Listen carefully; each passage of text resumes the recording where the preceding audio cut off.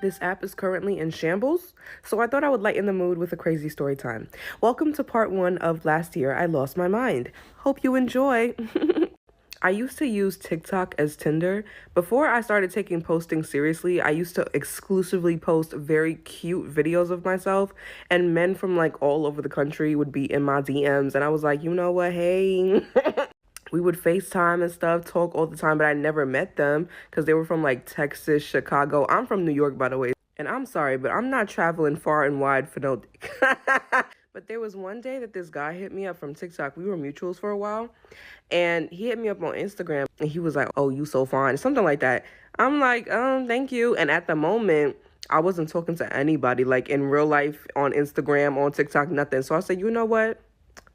Hey, immediately he was like trying to see me in real life. And like I said before, I'm a little hesitant to do the online dating in real life thing. This is really just make believe for me.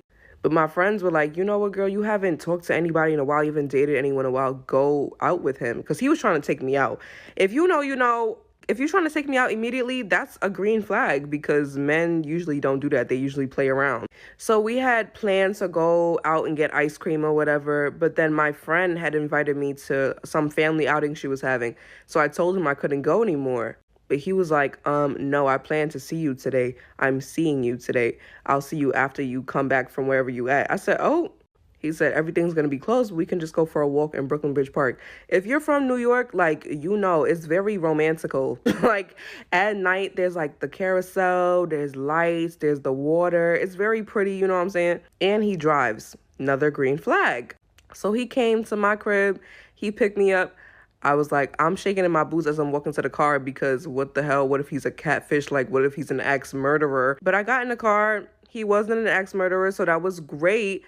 And, you know, he was complimenting me, whatever. I'm still a little hesitant, but on the drive there, we were talking about likes and dislikes and things like that. And one thing about me, fun fact, I enjoy like pop music and like show tunes. So everyone always makes fun of me for it. So when he asked me what type of music do I like, I told him the truth. And his reaction was something I never saw ever in my life. He lit up. Do you know how rare it is that you're going to find a black man that is not corny, who enjoys Disney movies, Broadway shows, pop songs, all that type of stuff? When I tell you, I'm sitting in the car like, Jesus, did I just find my husband? We get out the car, we start walking around the park. It was very beautiful. It was very romantic and a little bit too much for me. Like, I don't know. The title of this is Last Year I Went Crazy. If I'm being honest, I've been crazy my whole life. I've always struggled with like depression, anxiety, So I am not a relationship person because I feel like it's unfair to the person and myself to put myself in a relationship if I'm not all the way there mentally. But at that point in time, I felt grounded. And honestly, I go through ups and downs. And at that point, I was at an up. So I said, you know what? Maybe this is real. Maybe God is telling me that I'm ready. I feel great right now. He's really nice. We clicked immediately. Like, this feels different. And I saw y'all jumping on Talitha the other day about her and her relationship with God and her relationship with men and da-da-da-da. And honestly, sometimes you convince yourself that it's God when it's really just your delusion. So I can't judge her for real because... After we walked around for a while, we get back in the car and he's driving me back home. And he was like, he wanted to play me one of his favorite songs, which was a country song. Again, what black man do you know who listens to that shit? Especially not from New York, like country music and Amiri jeans. Like, that's so amazing. So after that first time meeting each other, we were speaking on the phone all the time, but he was a busy guy. One, he's a content creator. He has a podcast. He had a job. He had a lot going on. So we would always just talk on the phone. And this is where, honestly, looking back on it, red flag. Fuck the green flags. We're on to the red flags. How did we go from, oh, I'm seeing you right now, I'm going to take you out, I'm going to take you out, to, oh, yeah, just call me, I'm going to call you later. Call me, beat me if you want to reach me. Like, what's going on? I'm just going to give a disclaimer from now. You're going to call me a dumb bitch approximately maybe 15 times. This is the first time. The next time I saw him, he came over to my apartment. Oh, okay. Let me hear it. Okay. Curse me out. We was hanging out, we was just watching TV, and then the TV was watching us. Okay, let me hear it. Curse me out. Okay. He spent the night, and then from then on, if I'm being 100% honest, every other time I saw him, we was just, oh. Like, swear to you, it was very frequent. I would be going out. This was during the summertime. I was outside with my friends all the time, getting drunk. What happens when you drunk? Hey, where you at? Oh, okay. So in my head, this was nothing serious. Like, I'm not a dum-dum. Like, I know this sounds like I'm a dum-dum, but I'm not a dum-dum. I knew what was going on. I'm like, you know what? This not my man. Like, he's my little, my little yeah. So tell me why one day we're on the phone, and right before he hangs up, he's like, all right, love you, bye. So I'm like, he must have said that by accident. Like, that must have been, I'm not even going to bring it up. But then tell me why the next time we saw each other, to scoomp-da-doom, before he leaves, he's like, oh, all right, love you. I said, love me? Who do you love? Who? He's like, what's the problem? What the hell do you mean, what is the problem? Here we go. We're going to have to start counting up the red flags. What are you talking about? I just met you. We just... So I respectfully tell him, I'm not going to lie, don't say that. I don't know if this sounds crazy, but I don't care. That was making me feel uncomfortable. Like, I felt like, you know how when you know a man is manipulating you? Like, I felt that. I felt it, like, seeping out of his pores. Bullshit. Like my delusional, oh my God, God put him in my path thing faded away the third time that we... Because I was like, I don't think that Jesus would have me doing this. Like, this don't... So all that I love you shit, that was not gonna fly with me. But for some reason, he thought that that was the funniest thing in the world. So every single time he would talk to me on the phone, see me in real life, or like text me, he would end it with, I love you. This is gonna be the end of part 1 because the bullshit is going to start right now. I wouldn't let him tell me that he loved me because every single time he was saying it, it seemed like a joke, right? This is part 2 to the story. Go back to part 1 if you need to. Around this time, my cousin was going back up to school. Me, my mom, and my mom's friend took my cousin up to school, right? So we're driving to Albany, and on the way there, my mom was asking about the guy that I've been seeing, right? She didn't know that it was mostly just scoomp-da-doomp, but I was like, he keep telling me that he loved me, and I'm just not feeling that right now. Like, that's crazy. So both my mom and her friend were dying laughing, and they were like, what the hell do you mean? Like, why won't you let him love you? That sounds insane. I have never been in a real relationship with a man, okay? I don't know how that works. I don't know how fast is too fast, how slow is too slow. So I was listening to my mom and her friend explain to me that for some people, it doesn't take years and years to realize how they feel, right? Some people just know. So I'm listening to them, right? And I'm like, maybe I am being a little crazy. I know that I don't love him yet. I know that for us, I don't think we're there yet. But I said to myself, after listening to them and their advice, that I should let him like me, at least, okay? And I should allow myself to like him, okay? This is where shit starts to go downhill, because I never should have done that. As a woman, if you're giving your body to someone over and over, occasionally, most often, okay, you start to develop feelings anyway. So I knew that I was starting to feel a little something, but I wasn't allowing myself to feel. And I really, honestly, that's a whole bunch of shit that I'm still working on, like unpacking childhood trauma and not trusting men and my father not really in my life, all that type of shit. Y'all understand. So after that revelation, I decided to take him out on a date. Okay, y'all, what did I say? You're going to call me dumb 15 times. This is number 2. I had to get more comfortable. But my parents work in the music industry, so I get free concert tickets all the time. And Drake was having a concert at Barclays Center. I said, you know what? What man would say no to Drake tickets? Nobody. So I hit him up. I just realized I did not give him a fake name. What are we going to call him? We're going to call him Damon, okay? So I hit up Damon and I was like, hey, do you want to go see Drake? Of course he said yes. So I sent him his ticket and we planned to meet at Barclays Center. I get there, he meets me. And honestly, this was the first time that we had been out for dumb long. So It was kind of awkward for like 2 seconds, but then I was like, I fuck with you, so it's fine. The seats were fantastic. The vibe was cute because Drake was like doing the old school shit. Old school Drake is the perfect vibe. Like, it sets the vibe, it sets the tone. And I let my guard down the entire night. He did too. And I don't know, we just clicked. I mean, we clicked from before, but that night was like, okay, like, I could see this going somewhere kind of thing. I forgot to mention something. Do you remember when I said that me and my mom took my cousin to school, right? On that trip, I'm going to change the number because I don't want to give out nobody information.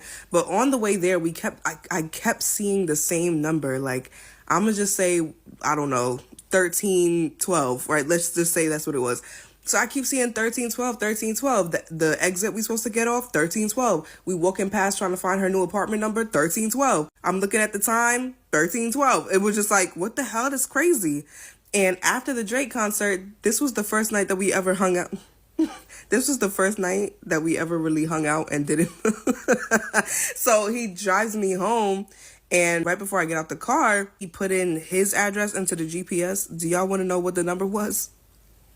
1312. If you remember in part 1, I said when we first met, I was feeling like this is such like a matchy, clicky feeling. Is this supposed to be my husband? Like, Jesus, is this a sign? And I decided that it wasn't a sign because we was just sleeping together. But then after all of this and, having a conversation with my mom, the numbers is adding up and the numbers is clicking, the click, matchy. Oh my God, we're meant to be together. That thought came back into my head. Jesus Christ. After the Drake concert, we kind of fell back into the same pattern of seeing each other all the time, but just sleeping together. But at this point now, I'm delusional. Okay, because I'm thinking it's a sign. I'm thinking this is my husband. You guys, I can literally feel you judging me through the screen, like, please stop. So, we're sleeping together frequently, unprotected, and I have a pregnancy scare, as one does. And I'm like, oh, hell no. And I've had scares in the past, and I never tell the guy, like, anything because it's like, I'm not about to stress you out for no reason. I'll tell you what I know for sure.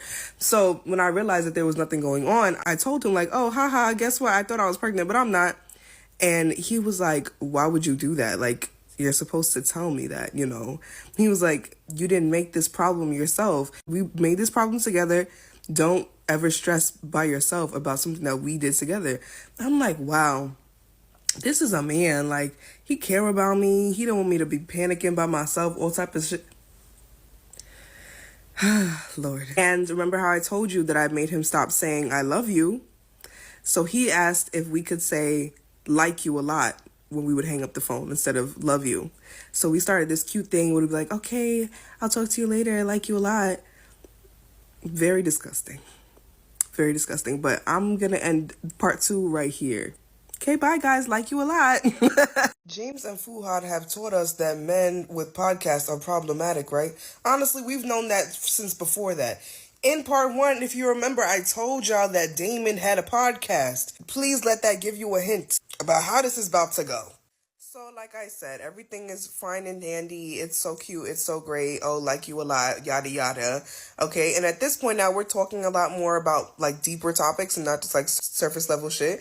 One day he had hit me up and sent me this whole message about how thankful he is for me and how I take care of him and cater to him and listen to him and speak to him so nicely and, like, with respect and da-da-da-da-da-da-da.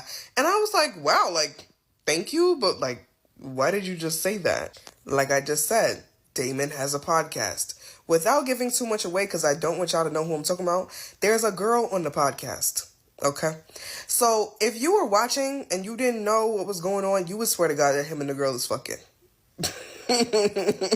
You would swear to God that they fucking. So, if you remember in part 1, I said that we met on TikTok. We were mutuals. And honestly, I was shocked when he first hit me up because I thought that they were together. But he told me that, like, that's just a ruse. You know what I mean? It's for the views. But that day, him and Jessica got into a big ass argument. Honestly, since I knew him and Jessica was always arguing like a married couple. But I guess this day it got out of hand, and it got so bad that the place that they record their podcast at, the guys there had to, like, break them apart because it was getting out of hand, and then I had to break them up into separate rooms.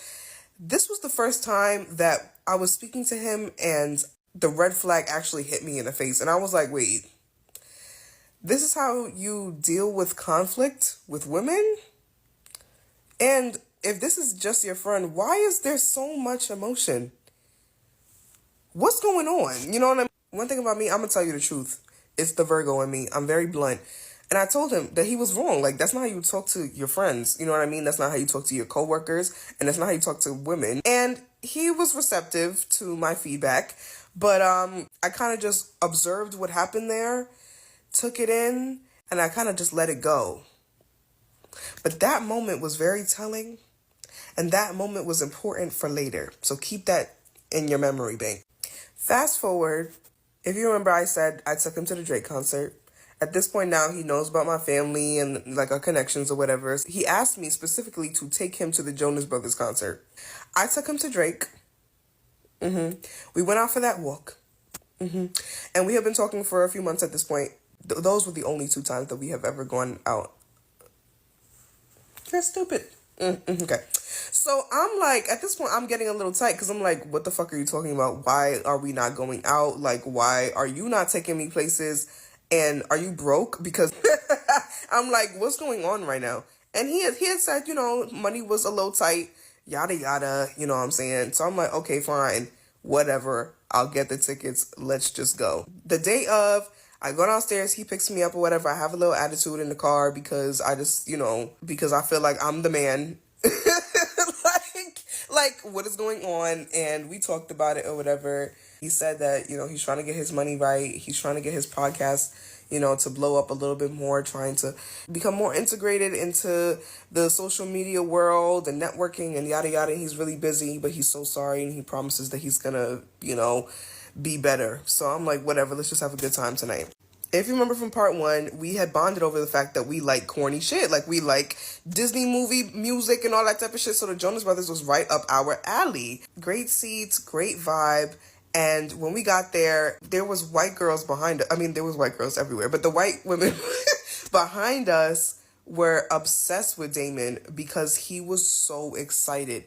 And honestly, as soon as fucking Joe Jonas started singing, it was like his inner child went crazy. Like, he was losing his mind. He knew all of the lyrics. I knew that he had asked me to take him, but I didn't think it was this deep. Honestly, everyone around us was just like smiling at me. Like, oh, look at your man kind of thing, you know, like, oh, he's so cute. And the girls behind me tapped me and they were like, oh my God, no, can we please take a video of you guys? Like, give me your phone. You need to like capture this because you have to see what we're seeing. So I gave them my phone and they recorded us from behind. And at that moment, they were singing, when you look me in the eyes, tell me that you love me, right? So now it's a little bit, you know, romantical. And I had my hand on his shoulder and we were like swaying or whatever. And she gives it back to us. And she was like, first of all, invite us to the wedding and you have to play this video at the wedding. Remember, I'm delusional and this is already my husband. So I'm like, yes, exactly, period. So during intermission, we had gone up to go get some food from the concession stand. I was like setting up the condiments, like getting the ketchup and the barbecue sauce or whatever. And he was just like staring at me. And I was like, Damien, is everything okay? He was like, yeah, it's fine. I don't know. Like, I don't know. And I knew exactly what he was talking about, but I just left it alone because I was a little uncomfy. Like I said to y'all before, men, relationships, daddy issues. Okay, so I'm just like, we're just gonna ignore the fact that I'm kind of really liking you right now, and this is actually really cute, and I'm enjoying seeing you enjoy yourself so much, and I'm very happy that I could do this for you, kind of thing. So we get back down, and we can't find our seats because it's huge, it's dark, we don't know where we're going. All the security guards didn't know where the fuck anything was, so I finally go up to one security guard, and I asked him again. And he was like, oh, I think it's back there. I'm like, you think? Like, why do none of y'all know where the stuff is? He got like snippy with me. And he was like, he kind of like got like close to me and was like, not yelling, but like being rude. And Damon looked up. Mind you, Damon is a short king. So Damon looked up and pushed me back. We was about to get kicked out. We was about to get kicked out. He was like, what the fuck who you talking to? Like, And that made my kitty tingle. I said, you defended me in front of this big ass, dumbass security guard? Thank you. After the security guard was yelling at me or whatever, and he defended me, that plus the swaying, plus the emotional when you look me in the eyes song, plus him looking at me all weird when we was getting the condiments. When we sat back down, I started staring at him. He was focused on the concert, so he didn't really see me looking at him, but I was like, oh fuck. Do I love this nigga? Like, so he had sat back down and he looked at me and he was like, what? I was like, nothing. He was like, tonight feels different, right? I said, yeah. Like, we both knew what was going on, but he was respecting that I said, don't say that shit. And I had it in my head, don't say that shit. But we get back to the car and I felt like I needed him in that, like I needed him. Like I felt like I was going crazy. Like I was itching to like rip his clothes off. And I was like, how did it get from like, oh my God, like I'm enamored by him to like, right now, like, I don't know what the fuck. But we got back to my place and it was going on for hours. like it was a long periodically time. Like the next day when I woke up, he was already awake and he was like editing a video to post on Reels. Like I said, we're social media people. So it was of the concert. He had made a whole bunch of like content or whatever. I was helping him make his content, yada, yada. But I'm looking at his reel and my face is in it. I said, oh, baby, no, I don't give a fuck how many butterflies I got. Take it off now. He's like, bro, what's the problem? Like, it's not that serious. I can't post to you. I'm like, no. He was like, ugh, whatever, fine. And I'm like, damn, like, I think I love him. Like, and he's acting a little bit different right now. Like, why all of a sudden does he want to post my face? Like, are we getting serious? Whoa, like, oh my God, I might have my first boyfriend. Like, that's what I was thinking in my head. It was just great energy because not only did we have the Jonas Brothers concert, but his content creation was like going to the next level, and he was going to do like videography for people for their brand trips. So he was going to Florida in a couple of days. So it was just good energy all around. He was so excited about like us and like his career opportunities and da-da-da-da. So the next 2 days he was like packing, getting ready for his trip. He gets to Florida. He's so excited. He's calling me. He's showing me the hotel and everything. And I'm like, oh, my baby, like he's doing so good, blah, blah, blah. I'm so proud of him. And like I said, my family's in the industry. So whenever we get tickets, it's around like other industry people. And they saw me and him and they were like, oh my God, you guys were so cute. I'm just feeling like I'm feeling the energy, right? This is the end of part 3. This is basically, I've been setting the stage this entire time. And I just want to say trigger warning for the next couple of parts. It's about to get very, very dark, very, very uncomfy. So if you not the type of person that want to hear no crazy shit like that, this is the last part for you.